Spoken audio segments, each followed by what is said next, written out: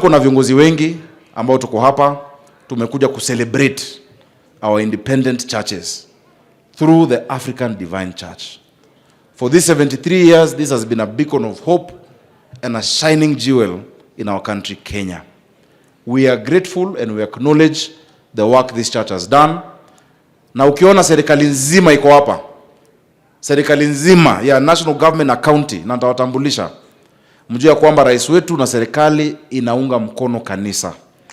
Kuna wale ambao wamejaribu hata miswada ya kuregulate makanisa, sijui kupanga kanisa. Kanisa ni kanisa la Mungu. Hii ni sherehe kubwa kwa sababu nyinyi na United Nations ni rika moja.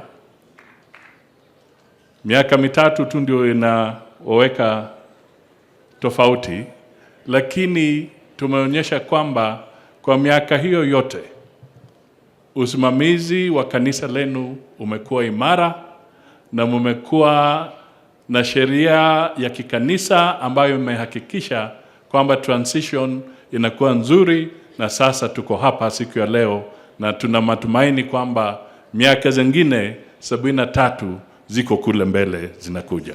Kwanza mimi nataka nichukue nafasi hii nimshukuru Mungu kwa kutupatia hii nafasi tufike hapa kanisani kwa ibada hii maalum ya kusherekea miaka 73 ya kanisa letu la Divine. Vile mnajua mimi ni mshirika wa kanisa la AIC. Ililetwa na wamissionari. Hii yenu imeundwa na Muafrika hapa nyumbani.